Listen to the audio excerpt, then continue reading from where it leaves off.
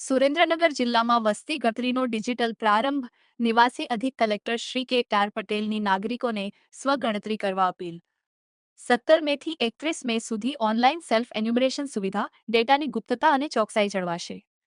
Portal પર login કરી વહેલી તકે પોતાનો એસીઆઈડી જનરેટ કરવા વહીવટીતંત્રનો અનુરોધ. દેશભરમાં વસ્તી ગણતરીના પ્રથમ તબક્કા અંતર્ગત સેલ્ફ એન્યુમરેશન એટલે કે સ્વગણતરીની પ્રક્રિયાનો પ્રારંભ થઈ ચૂક્યો છે. આગામી 31 મે 2026 સુધી ચાલનારી આ પ્રક્રિયા હેઠળ સુરેન્દ્રનગર જિલ્લાના દરેક નાગરિક પોતાની માહિતી જાતે જ ઓનલાઈન ભરે તે ખૂબ જ ઇચ્છનીય છે. આ ડિજિટલ સુવિધાના કારણે નાગરિકોની અંગત માહિતી સંપૂર્ણપણે ગુપ્ત રહેશે અને ડેટા વધુ ચોકસાઈપૂર્વક તેમજ ભૂલરહિત ભરી શકાશે.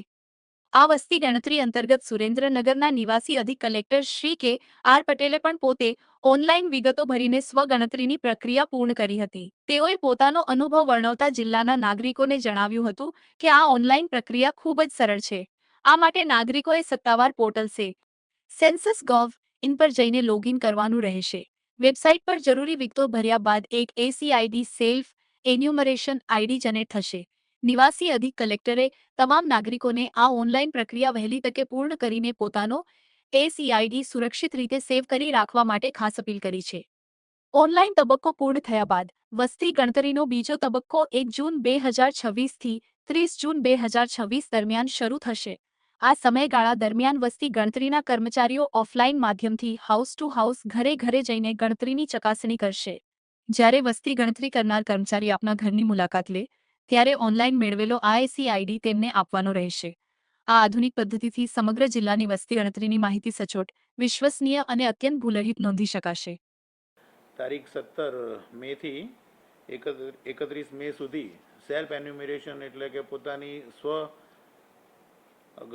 ગણતરી શરૂ થાય છે અને દરેક જણ આ પોતાની સ્વગણતરી એ પોતે જાતે જ કરે એ ઈચ્છનીય છે, જેથી કરીને તમારી માહિતી પણ ગુપ્ત રહેશે અને તમારી માહિતી જે છે એ ચોકસાઈવાળી ભરી શકાશે.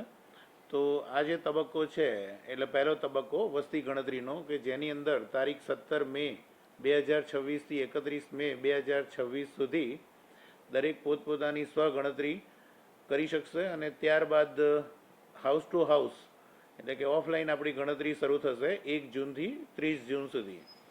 તો આ જે ઓનલાઈન જે તબક્કો છે દરેક જણ પોતે સ્વગણતરી કરે, પોતે સેલ્ફ sc.census.gov.in ઉપર જઈ અને લોગિન કરશે એટલે એ મળી જશે અને એની ઉપર જઈ અને પોતાનો એક એસસીઆઈડી જનરેટ થશે. એ જનરેટ થાય એટલે એને સેવ કરીને રાખજો.